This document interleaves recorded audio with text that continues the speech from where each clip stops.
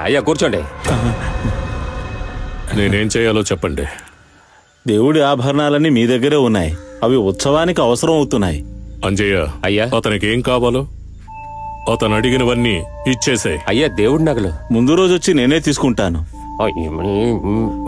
రాజీ దొర గారు, మేము యంగ్స్టర్స్, మీరే మమ్మల్ని ఎంకరేజ్ చేయాలి. మాట్లాడారు కదా, మాట్లాడేది. వెళ్ళు వెళ్ళు. ఆ పంతులు గారు మీరు వెళ్ళండి. వస్తాను. వెళ్ళండి. ఎంత చెప్తాం, వెళ్ళండి అందరూ. అయ్యా, ఈ జనాలు మిమ్మల్ని నమ్ముకుని బతుకుతున్నారయ్యా. ఏమీ చెప్పకుండా ఇలా కూర్చుంటే ఎలాగయ్యా?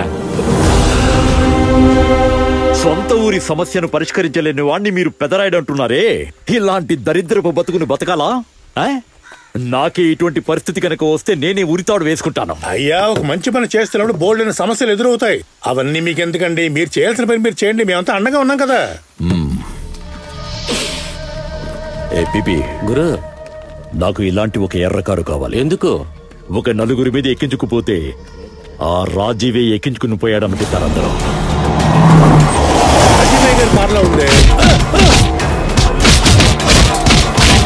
మిమ్మల్ని కొట్టింది రాజీవ్ మనుషులని ఎలా చెప్తున్నారు? ఎరుపు రంగు కారు చుట్టుపక్కల గ్రామాల్లో ఎవరి దగ్గర కూడా ఇలాంటి కారు లేనే లేదు. అవును సార్. ఇప్పుడు నాకు అర్థమైంది. మీరందరూ మనస్ఫూర్తిగా సపోర్ట్ చేయడం ఆ రాజీవ్ గారికి నచ్చలేదు. అవును, అందుకే కొట్టించేశాడు. తాగుబోతు రాజయ్య గారిని ఊరికే వదలకూడదు. చట్టానికి సాక్ష్యం కావాలిగా. ఈ సంఘటన ఎవరైనా చూసారా? దెబ్బలు తినని మేము కదండి స్వామి.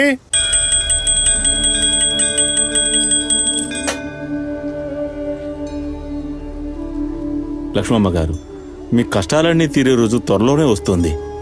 అయినా మీ బాధ తీర్చలేనిది. మీ మనసులో ఏదో ఉంది.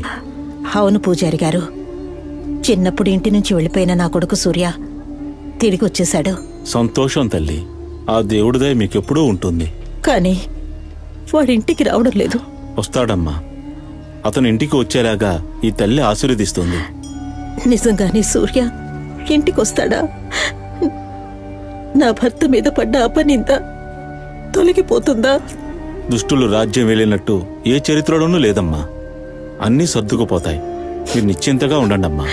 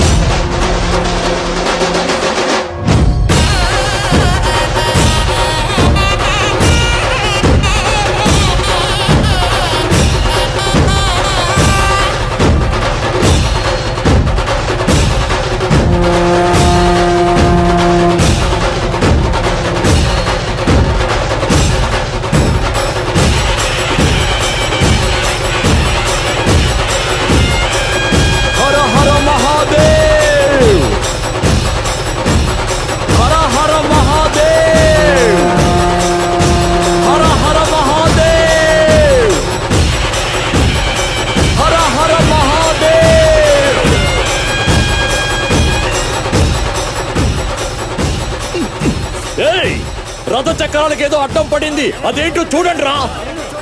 ఇది రాజీవయ్య గారి కుటుంబానికి చెందిన రథం. పెద్దింటి వాళ్ళు వచ్చి లాగితేనే ఈ రథం ముందు కదులుతుంది. ఇక్కడే ఉన్నాడు కదా పెద్దింటి కొడుకు కృష్ణ.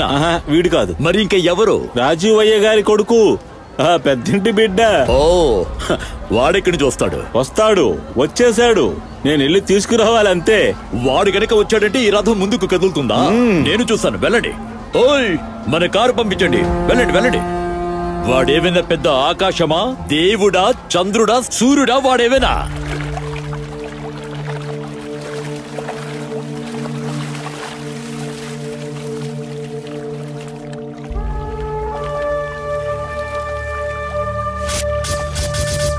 దైవ సంకల్పం లేకుండా ఏదీ జరగదు.